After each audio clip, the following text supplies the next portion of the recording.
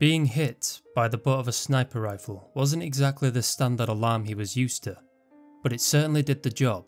Orbital Drop Shock Trooper Kojo Agu, nicknamed Romeo, was just one of the 5 ODSTs that was selected for a daring mission, deep behind enemy lines.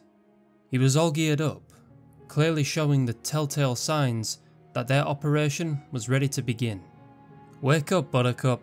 Another ODST with a distinct orange detailing across his armour had pushed Romeo to the side. Relax, Rookie, you don't mean nothing by it. Besides, now's one of those times. It pays to be the strong silent type. Taylor Miles, also known as Dutch, the weapons specialist. He was the most calm-minded and level-headed out of the squad, and usually the one to split any verbal disagreements between Romeo and the squad leader, Buck. He handed the rookie an M7S submachine gun, a favourite of most ODST battalions, mainly used for close quarters. The attached suppressor was to keep a low profile and have an advantage of stealth amongst the battlefield. Great for dropping behind enemy lines, which is exactly what they were about to do. Probably the furthest into enemy lines that any UNSC personnel had ever been.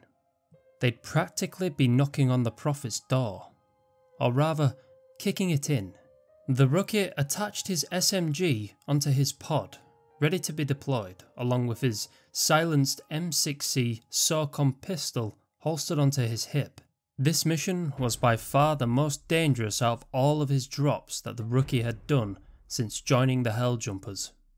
They were tasked with being thrown straight onto a Covenant supercarrier, known to be commanded by the Hierarch Prophet of Regret.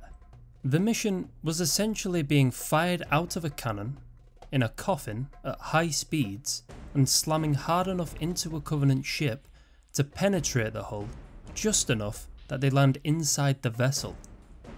Just another day at the office for the Helljumpers. It wasn't an easy task, and most would likely miss the target, which is why Alpha 9 was just one of several squads being deployed. The casket door to the SOEIV drop pod shut, creating an airtight seal. Within the pod was 2 screens that showed the rest of Alpha 9.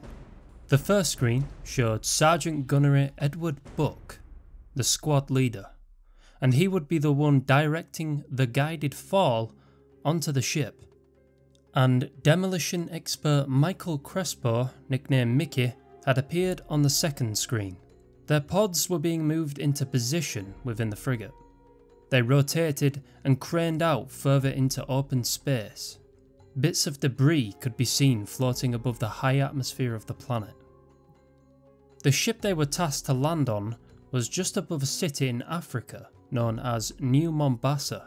Reports from below indicated that they had deployed a large mining platform known as a scarab. In essence, the machine was a large tank on legs. It could decimate ground and air forces, and usually it took a special kind of soldier to take one down.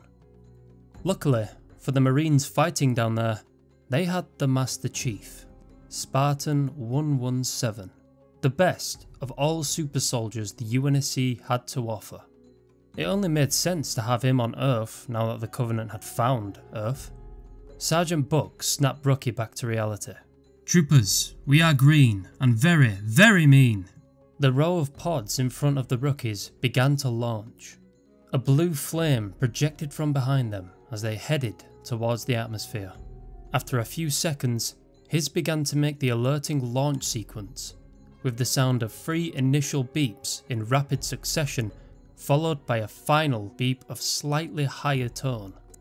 The pod ejected itself into Earth's direction, blasting its fuel and increasing its velocity. It takes a few seconds to get used to the weightlessness. During the course, another UNSC frigate can be seen in orbit. It had been completely destroyed by the Covenant. I take it back. The Navy got its butt kicked. Hey Romeo, remember when I said to shut your mouth? Yeah? Consider that a standing order. The two bickered as they entered atmosphere. The Covenant carrier was now in sight. Stand by for adjustment manoeuvres. Rookie shifted in his casket, holding on tightly to the joysticks in both hands. Now! The rain of helljumpers all began to change course, the pods now falling into a slight angle, aiming directly for the ship. I hope this works! Mickey announced with anxiety. Dutch's name appeared on the rookie's hood, replying to Mickey's distress. If it doesn't, first person I'm coming back to haunt is you, Gunny. He chuckled slightly. Stow it! Deploy air brakes! The drop pods all slowed dramatically, as metal parachutes shot out above the now cold thrusters. The speed had now slowed by half. The pods should have just enough velocity to hit through the first layer of armour plating that lined the ship. As the Covenant ship appeared bigger and bigger, it was obvious that distance between the squad was getting shorter. Impact was undeniable. Brace, brace, brace! The pods began to collide, and the sound of metal shredded and screeched. The rookie awoke to find himself stuck in his pod. Looking at his heads-up display, he had only been 20 minutes since deployment. If the Covenant hadn't found him by now, it would indicate that either the rest of Alpha 9 had already made a big enough distraction, or that the ship's sensors hadn't picked up his pod's collision. It seems that his pod had blasted itself far enough through the hull to just reveal a purple corridor, but unfortunately, it hadn't been enough. The drop pod was dangling above the floor, only managing to penetrate itself about 3/4 of the way through the armour plating, leaving the top half of the pod stuck. The door wouldn't release without some manual intervention.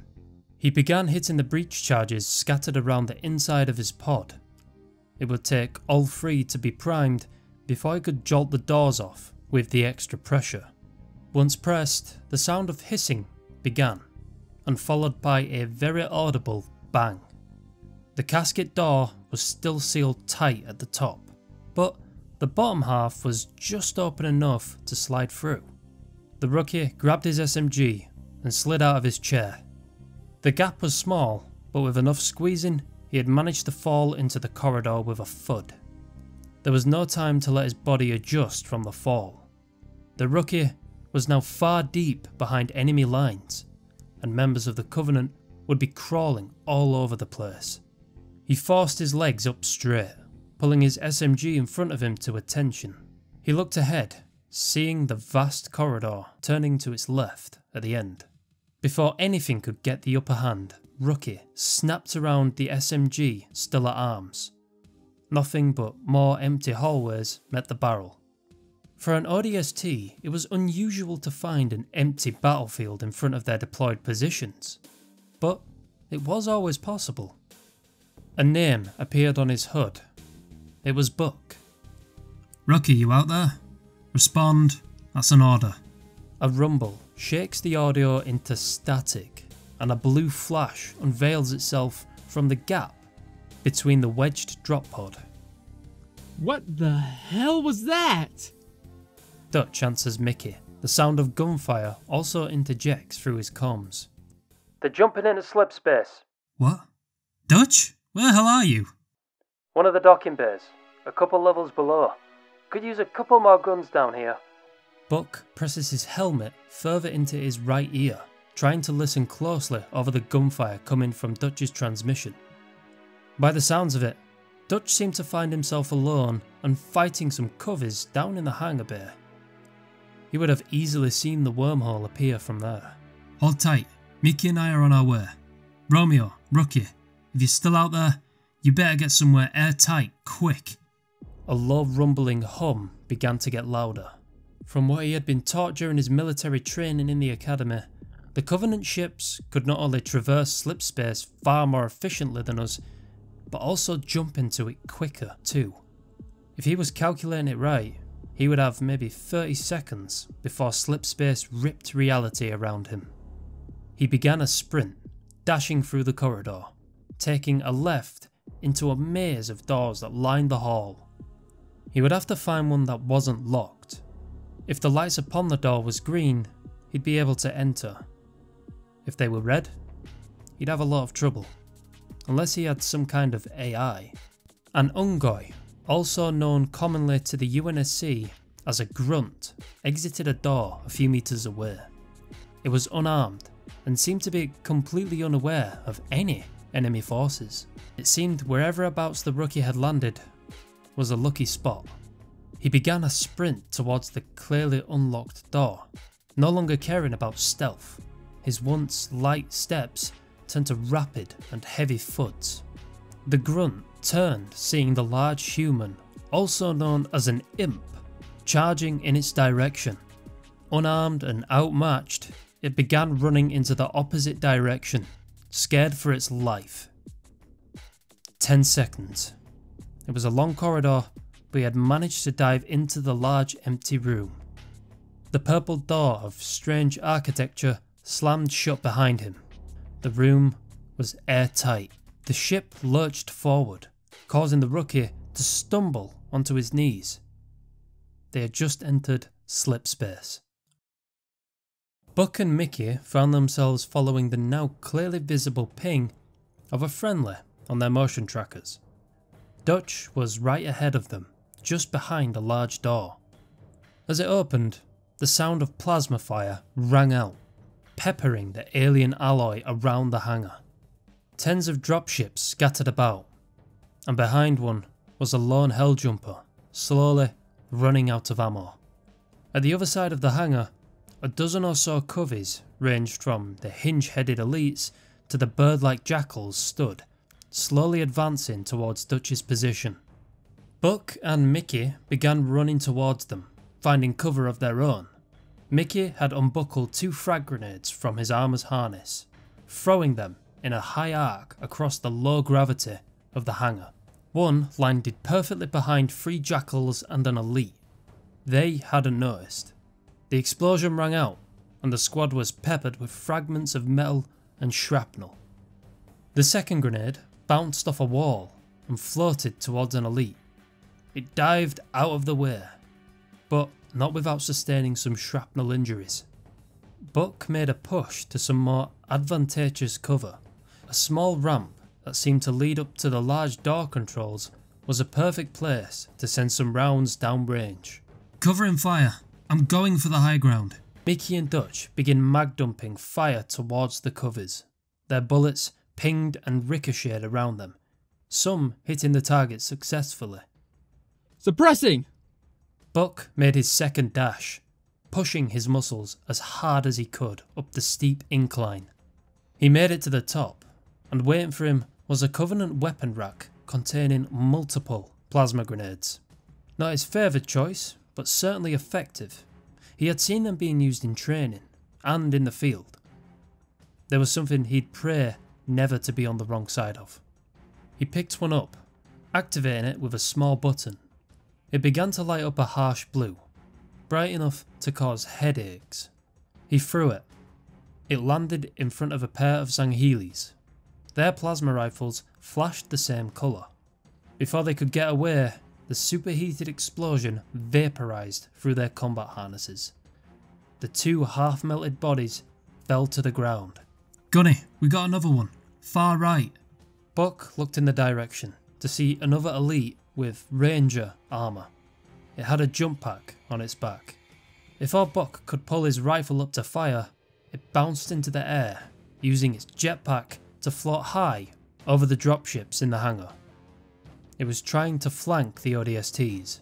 With low gravity being a very present factor, Buck made up his mind. As it floated towards the ODST's direction, Buck made a dash towards the end of the platform and kicking his legs off the edge, jumping high into the air. He floated into the direction of the elite. His combat knife had been unsheathed. This mid-air collision caught the elite off guard. It tried to turn mid-air to grab at Buck, but he had grabbed tight onto the back of its harness.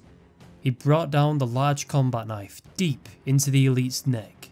Purple blood shot out upwards towards the roof.